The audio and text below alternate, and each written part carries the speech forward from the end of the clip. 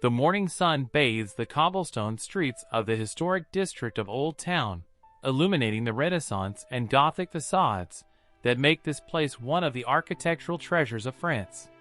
In this picturesque setting, a new shop stands out on Saint-Anne Street, its freshly painted facade in a soft shade of olive green contrasting with the centuries-old buildings around it.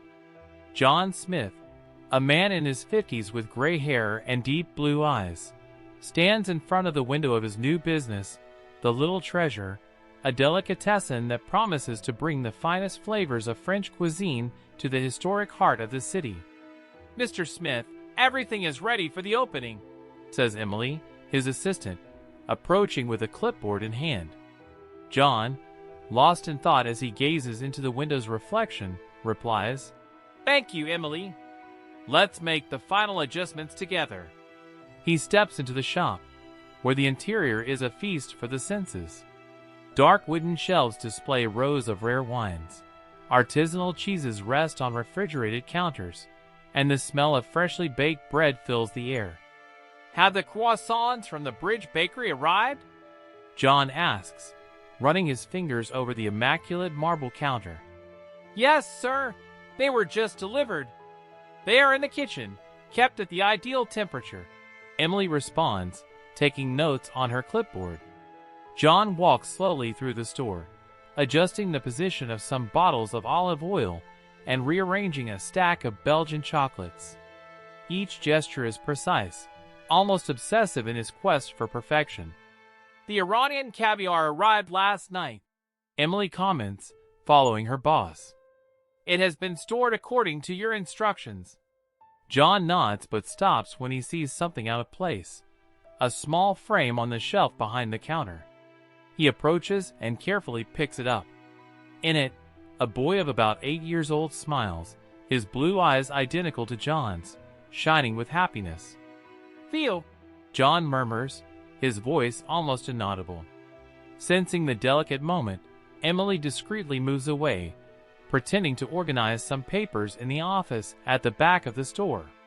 John stands there motionless for long minutes, his eyes fixed on the image of his son, Theo, his only son, killed in a tragic car accident. The pain of this loss, still so fresh, seems to suffocate John at that moment. "Why you, my little one?" he murmurs to the photo, his fingers tracing the contour of the boy's smiling face. "Why not me?" The sound of the front door opening brings John out of his thoughts. He quickly puts the photo back on the shelf and pulls himself together, forcing a professional smile. "Hello, welcome to the Little Treasure," he says, turning to greet the first customer of the day. It is Peter, the mayor of the city, who has come in person to welcome him to the new establishment. "John, my friend," Peter exclaims, embracing the businessman. "What a wonderful place you've created here." John returns the embrace, thanking him. "Thank you, Peter. It's a pleasure to have you here." As he guides the mayor through the shop, explaining the exclusive products and partnerships with local producers, John feels a mix of pride and emptiness. Each achievement, each new successful business seems hollow without Theo to share it with. "You always surpass yourself, John," comments Peter, admiring a selection of rare wines. "First the vineyards, then the 5-star restaurants, and now this gem of a deli. How do you do it?" John shrugs, a nostalgic smile on his lips.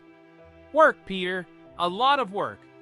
What he doesn't say is that work was his escape, his way of filling the days and nights that would otherwise be consumed by the pain of loss. Each new project is an attempt to create something meaningful in a world that lost much of its meaning the day Theo died. Throughout the day, the shop comes alive, customers marveling at the variety and quality of the products. John welcomes them with courtesy, explaining the origin of each product and offering combinations. His knowledge is vast, and his passion for gastronomy is evident. But behind every smile, every enthusiastic recommendation, there is a man grappling with profound sadness. In the evening, after the store closes, John remains alone amid the meticulously arranged shelves. He takes a bottle of red wine, a Chateau Margaux 1982, and pours himself a glass, taking a seat in the small office at the back of the shop. John raises his glass for a silent toast. "To you, Theo," he murmurs, taking a sip of the precious wine. "Dad did it. You see? Another successful business. You would be proud." His words are interrupted by a choked sob. John lowers his head, finally letting the carefully controlled tears flow throughout the day. The success of the little treasure is undeniable. John Smith has achieved another exceptional project in his already impressive career. But while the city celebrates the new addition to the historic district, the man behind the success carries a weight that no professional achievement can alleviate. The absence of Theo is a constant wound, a void that even the finest wines and rarest cheeses cannot fill. That night, like so many others over the past 5 years, John falls asleep in his office, Theo's photo by his side, a silent witness to a dim success and a pain that time seems unable to heal. That year, the city's winter is particularly harsh. The streets of Old Town, usually filled with tourists and residents, are almost deserted this Wednesday evening. The biting wind blows between the historic buildings, carrying with it snowflakes that dance in the air before delicately settling on the ground. John is about to close the little treasure. It is almost 9 p.m., and he sent Emily home earlier due to the bad weather. As he tidies up the last shelves, he hears a timid noise coming from the front door. Someone is knocking almost inaudibly. Intrigued, John heads to the entrance. Through the frosted glass, he sees a small figure shivering outside. He hesitates for a moment, but something urges him to open the door. There, huddled against the cold, stands a little boy. He can't be more than 10 years old, his thin and worn clothes barely protecting him from the intense cold. His big brown eyes look up at John with a mix of fear and hope. "Please, sir," the boy says, his voice trembling as much as his body. "Do you have any food? Anything?" John feels his heart clench. The boy reminds him of Theo, not in appearance, but in age and the vulnerability that emanates from him. "Come in, little one," John says gently, opening the door. "Let's get you warmed up first." The boy hesitates for a moment, but the shop's welcoming warmth draws him inside. John closes the door behind him, blocking out the icy wind. "What's your name?" John asks, guiding the boy to the small area at the back of the store where there is a table and some chairs. "Gabriel," the boy responds, his teeth still chattering from the cold. John takes a blanket from his office and wraps it around Gabriel's shoulders. "Okay, Gabriel, let's take care of you. Stay here. I'll prepare something warm." As John moves around the shop, grabbing items from the shelves and preparing an improvised meal, his mind wanders. Where were this boy's parents? How did he end up on the street on such a cold night? A few minutes later, John returns with a tray. There is steaming onion soup, slices of fresh bread, brie, and a small selection of fruits. He has also brought a cup of hot chocolate. Gabriel's eyes widen at the sight of the food. "Is all this for me?" he asks incredulously. John nods and takes a seat on the other side of the table. "Eat up, little one. You need to warm up." Gabriel doesn't need further encouragement. He eats voraciously but also with a certain elegance that surprises John. Between spoonfuls of soup and bites of bread, the boy occasionally glances at John as if expecting the food to be taken away at any moment. "Slow down, Gabriel," John says gently. "There's plenty. No need to rush." As the boy eats, John observes him closely. Despite his dirty clothes and disheveled hair, Gabriel's posture has something noble about it. He eats with a straight back, uses the utensils correctly, and occasionally wipes his mouth with his napkin. "Where did you learn to eat like that?" John asks, curious. Gabriel swallows a piece of cheese before answering. "My mother taught me. She said good manners are important no matter where you are. The answer touches John deeply. This boy, clearly going through hardships, still clings to his mother's lessons. And where is your mother now? Gabriel lowers his eyes, a shadow passing over his face. She left 2 years ago. John feels a lump in his throat. The loss of a mother, he knows, is an immeasurable pain. And your father? He's sick. Gabriel responds simply, turning his attention back to his meal. John doesn't press further. It is clear there is a complex story behind Gabriel's situation, but now is not the time to explore it. When Gabriel finishes eating, his eyes are heavy with sleep and comfort. John takes a bag and begins to fill it with bread, cheese, fruits, and some canned goods. Take this with you, Gabriel, he says, handing the bag to the boy. There's enough food for a few days. Gabriel looks at the bag and then at John, his eyes shining with unshed tears. Thank you, sir. I don't know how to thank you. John wants to do more, not let this boy return to the cold streets, but he knows he can't keep an unknown child. There are procedures, laws. Do you have a place to stay tonight? John asks with concern. Gabriel nods. Yes, sir. I have a place. John hesitates, then pulls a business card from his pocket and hands it to Gabriel. If you need help, come back. I'll be waiting for you. Gabriel takes the card carefully, as if it were a precious treasure. Thank you, sir. I will come back. I promise. With that, the boy stands, still wrapped in his blanket. John escorts him to the door, watching Gabriel disappear into the snowy night, carrying his precious bag of food. Closing the door, John feels a mix of emotions: worry about Gabriel's fate, sadness over the boy's situation, but also a spark he hadn't felt in a long time: hope. The days following the encounter with Gabriel are busy for John.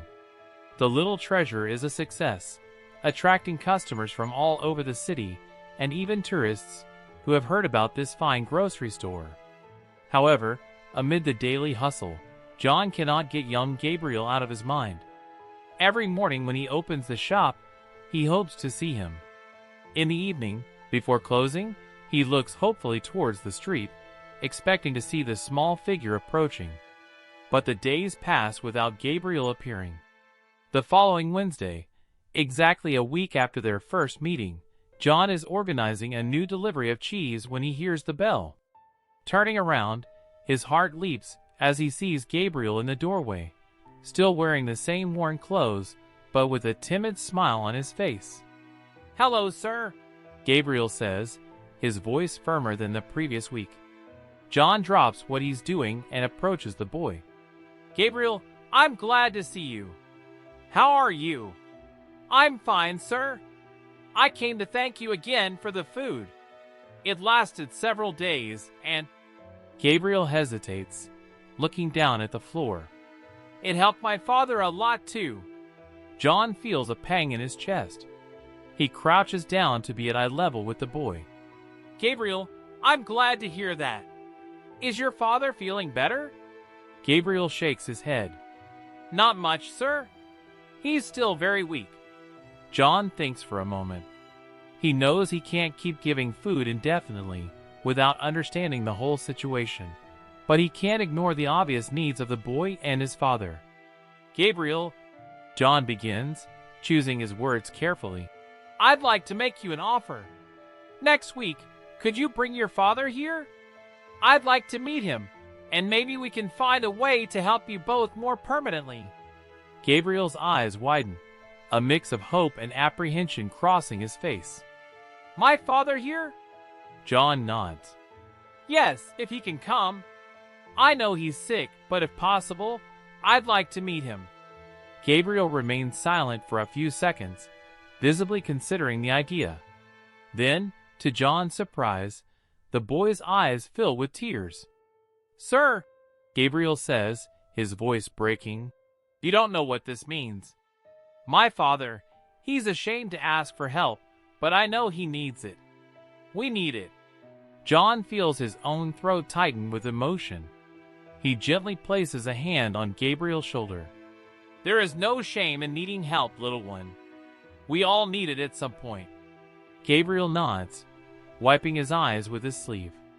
I'll bring him, sir. I promise. Good, John says, standing up. Now let's prepare some things for you to take with you today. As John moves around the store, choosing nutritious and easy-to-prepare products, Gabriel watches him with an expression of gratitude and admiration. Sir, Gabriel says as John packs the food. May I ask you something? Of course, Gabriel. Why are you doing all this for us? You don't even know us. John stops, considering the question for a moment.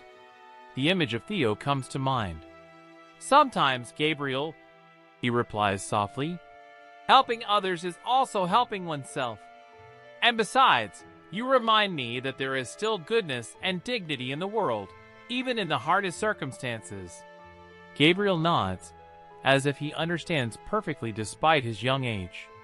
When John hands him the bag full of food, Gabriel takes it carefully, as if it were the most precious object in the world.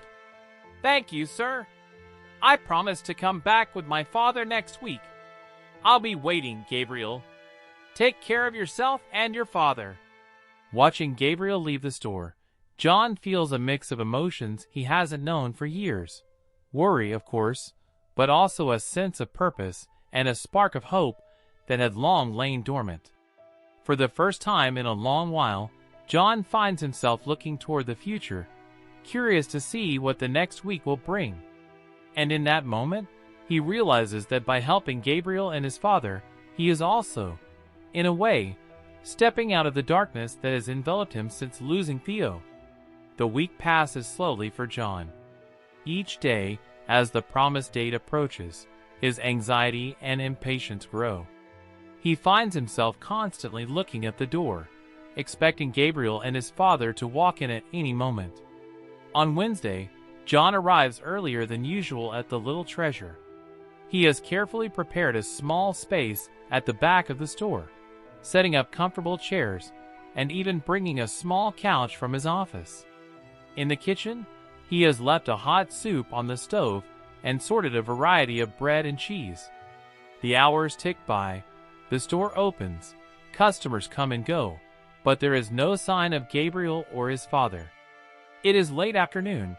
As the sun begins to set and shadows lengthen on the cobblestone streets, that John hears the bell. He turns expectantly, and his heart leaps. Gabriel is there, his big brown eyes shining with a mix of hope and apprehension. But it is not the boy who completely captures John's attention. It is the man next to him, tall but hunched over a pair of crutches. The man is but a shadow of himself, his face pale and covered with scars, his poorly shaved beard failing to hide his gaunt features, his eyes sunken and tired, avoiding direct contact, staring at the ground in front of him. But looking at the man's face, John feels his whole body shiver. There is something terribly familiar in his features, something that twists his stomach and makes his mind whirl in confusion. Mr. Smith, Gabriel's voice breaks the tense silence. This is my father! John cannot move. He stands there paralyzed as waves of recognition and disbelief wash over him. His mouth goes dry, and it feels like the air has been sucked out of the room. The man on the crutches slowly raises his head and finally meets John's gaze. At that moment, when their eyes meet, John feels like he's been punched in the stomach. Frank! The word escapes John's lips in a barely audible whisper. The man, Frank, visibly trembles at the sound of his name. His eyes, once lowered, now widen in shock and fear. Gabriel looks confusedly from one to the other. You know each other? John barely hears the boy's question, his mind racing, trying to process what he is seeing. Frank, his childhood best friend, Theo's godfather, the man who disappeared without a trace after the accident that took his son's life. And now he was here frail, evidently struggling with an illness or health problem, and Gabriel's father. "John!" Frank's voice is low and raspy, as if it hadn't been used in a long time. I didn't know." John takes a step forward, still incredulous. A part of him wants to embrace his long-lost friend. Another part wants to demand answers, to scream, to understand why Frank had disappeared when John needed him most. But before he can do anything, Frank wavers, his legs giving way under his weight. John reacts instinctively and rushes to support his friend before he falls. "Emily!" John calls out to his assistant, who quickly emerges from the back room. "Close the store, please. We have a situation here." As Emily hurriedly ushers the last customers out and flips the sign from "open" to "closed," John gently guides Frank to the couch at the back of the store. Gabriel follows closely, his eyes filled with worry and confusion. John's heart races. 5 long years without news, and now Frank was here, so close yet so alien. As he helps Frank sit down, John knows he is about to hear a story that will change everything. The past and present are about to collide, and he has no idea how to handle the consequences. The silence that follows is heavy with unspoken emotions and unanswered questions. John fixes his gaze on Frank, still trying to process the reality before him. Gabriel, seated next to his father, alternates his gaze between the two men, visibly confused and worried. It is Frank who finally breaks the silence, his voice trembling and low. "John, I am sorry for everything." John feels a wave of conflicting emotions wash over him. Anger, relief, sadness, confusion, all swirling in a torrent in his chest. 5 years, Frank," he says, struggling to keep his voice steady. 5 years without a word, without a sign of life." Frank lowers his head, shame written all over his tired face. "I know. I couldn't face you, anyone, after what happened. I couldn't face you after what happened. Dad?" Gabriel's voice is small and uncertain. "What are you talking about?" John looks at the boy, suddenly remembering his presence. He hesitates, not knowing how to explain the complex situation to a child. Frank places a trembling hand on Gabriel's shoulder. "Gabriel, there are many things you don't know about me, about my past." "John! John was my best friend." Gabriel's eyes widen. "The best friend? But you never talked about him." "No," Frank agrees, pain evident in his voice. "There are many things I never talked about." John leans forward, his elbows on his knees. "Frank was more than my best friend, Gabriel. He was Theo's godfather." Gabriel looks at John and then at his father, comprehension slowly dawning in his eyes. "The boy in the photo in your store?" John nods, feeling a familiar pain at the thought of Theo. "Yes, my son. He died 5 years ago." Frank visibly winces at hearing those words, his eyes closing as if in physical pain. "What happened?" Gabriel asks softly. John looks at Frank, who seems incapable of speaking. He takes a deep breath before continuing. "It was a car accident. Frank was driving. Theo was in the back." The memories of that terrible day flood John's mind. The phone call, the frantic drive to the hospital, the agonizing wait, and finally, the devastating news. "It wasn't your father's fault, Gabriel," John continues, his voice breaking. "It was an accident. A truck lost control on the wet road. Frank couldn't have done anything." Frank finally raises his head, his eyes filled with unshed tears. "But I should have done something. I was the adult. I should have protected Theo. I promised you, John, that I would always watch over him." John feels his own throat tighten. "Frank, I never blamed you. Never. But I blame myself," Frank responds, his voice breaking. "Every day, every hour since that moment. I couldn't bear to look at you, to look at anyone who reminded me of Theo. So I ran away. Gabriel looks at his father with a mix of compassion and confusion. Is that why we never talked about the past? Is that why we kept moving? Frank nods slowly. Yes, my boy. I was running from my memories, my guilt. But they followed me wherever we went. John suddenly feels the need to move. He stands abruptly and walks to the window, looking out at the now dark street. Why didn't you ever contact me, Frank? I needed you. After losing Theo, losing my best friend too. Frank lowers his head, shame evident in his posture. I was a coward, John. The guilt consumed me. I thought you would hate me, that everyone would hate me. So, I disappeared, trying to leave everything behind. But I never succeeded. The silence in the room is thick with unresolved pain and unspoken words. John stands with his back to them, his hands gripping the window frame as he struggles to control his emotions. Gabriel, sensing the tension, moves closer to his father and places a comforting hand on his arm. This simple gesture seems to bring Frank back to the present.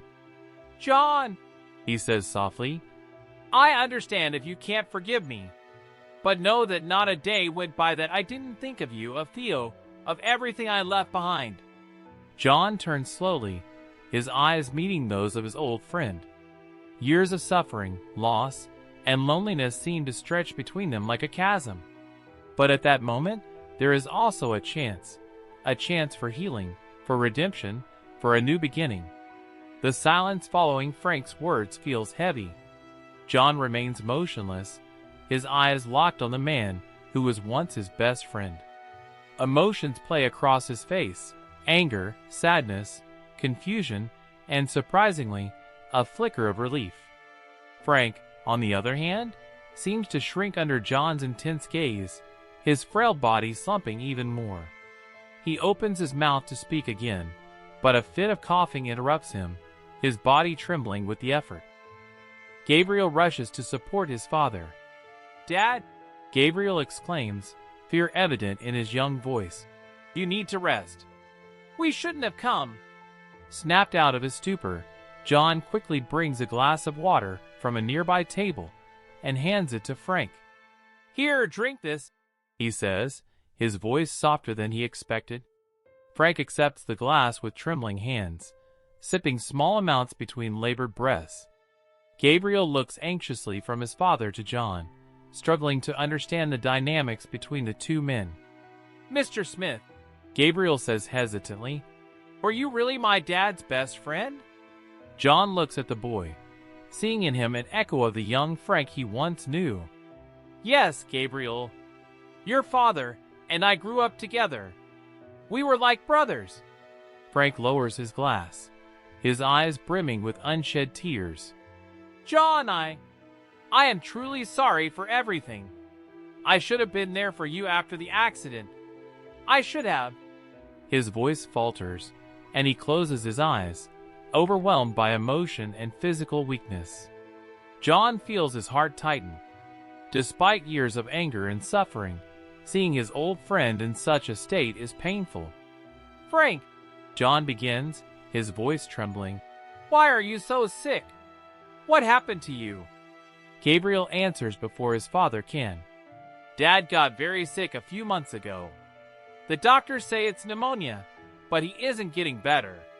We can't afford the right medicine, and... The boy's voice breaks, and he swallows hard, fighting back tears. John feels a surge of compassion. This boy, so young, is carrying a burden no child should have to bear. Frank reaches out a trembling hand to touch his son's shoulder. Gabriel has taken care of me, he says softly, pride evident in his weak voice. He is stronger than I have ever been. John looks from Frank to Gabriel, seeing the strong bond between father and son despite everything. Frank had managed to raise a remarkable boy. I don't understand, Gabriel says, breaking the silence. If you were so close, why were you apart for so long? Why did we never talk about you, Mr. Smith? Frank closes his eyes, shame written in every line of his face. "It's complicated, my boy. I made mistakes, mistakes that have haunted me for years." John feels compelled to step in. "Gabriel," he says gently, "sometimes when people go through very difficult things, they don't know how to handle them. Your father, he suffered as much as I did after the accident." Gabriel furrows his brow, trying to comprehend. "But if you both suffered, shouldn't you have stayed together to help each other?" This innocent question hits John like a punch in the gut. He looks at Frank and sees the same shock in his old friend's eyes. "You are right, Gabriel," John says softly. "That is what we should have done." Frank reaches out a trembling hand towards John. "John, I know I don't deserve your forgiveness, but you need to know that I never stopped caring about you. The guilt, the shame consumed me. I thought disappearing would be better for everyone." John looks at Frank's outstretched hand, feeling the weight of years of suffering and loss. But he also feels something else, a chance for healing, for redemption. Slowly, with hesitation, John reaches out and takes Frank's hand. The contact is fragile, as if both are afraid the other might disappear at any moment. Gabriel watches with wide eyes, a mix of confusion and hope on his young face. He doesn't fully understand what is happening, but he can sense its importance. The air in the small back room of the delicatessen feels charged with emotion, years of unresolved pain, regret, and loss hanging between the two men. But there is also something else, a spark of hope, a chance to start anew. The touch of John and Frank's hands seems to break an invisible barrier between them. Suddenly, years of pain, regret, and loneliness flood over them. John pulls Frank into a hug, ignoring his friend's frailty. Frank clings to John as if his life depends on it. Silent tears stream down both men's faces, years of pent-up emotion finally finding an outlet. Gabriel watches the scene, his own eyes filling with tears at the intensity of the moment. "I'm sorry," Frank whispers between sobs. "I'm sorry for everything, John." John tightens his embrace, his voice breaking as he responds. "I'm sorry too, Frank. I'm sorry I didn't look for you, that I let you disappear." When they finally separate, both men have tear-streaked faces, but there is a lightness in their eyes that wasn't there before. It is as if an enormous weight has been lifted from their shoulders. John turns to Gabriel, who watches with a mix of confusion and hope. "Gabriel," John says gently, "thank you for bringing your father back to me." Gabriel nods, a small smile forming on his lips. "I didn't know, but I'm glad you found each other." John looks back at Frank, seeing once again the weakness of his friend. "Frank, you need proper medical care, and you both need a safe place to stay." Frank lowers his gaze, shame evident in his posture. "John, we can't accept more than you've already given. The food is more than we deserve." "No," John says firmly. "No more hiding, no more running. You are both coming to live with me." Gabriel's eyes widen in disbelief. "Live with you, Mr. Smith?" John nods, a soft smile on his lips. "Yes, Gabriel. My house is too big for just one person, and your father needs a place to recover properly." Frank starts to protest, but John cuts him off. "This is not charity, Frank. It's family. You are my family, and family takes care of each other." These words seem to deeply touch Frank. He looks at his son, then at John, his eyes shining with fresh tears. "John, I don't know what to say." "Just say yes," John responds simply. "Let me help you, as Gabriel helped you. Let me be part of your lives again." Gabriel, unable to contain his emotion, impulsively hugs John. "Thank you, Mr. Smith. Thank you." John returns the hug, feeling a surge of affection for this child who, without knowing it, had brought a part of his life back to him. Frank watches the scene, a mix of emotions passing over his tired face.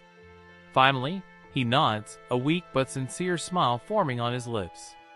"Yes, John. Thank you." John smiles, feeling for the first time in years a genuine sense of hope and purpose. "Let's go home," he says, helping Frank to his feet. As he leads father and son out of the store, John feels as if he is turning a page in his life.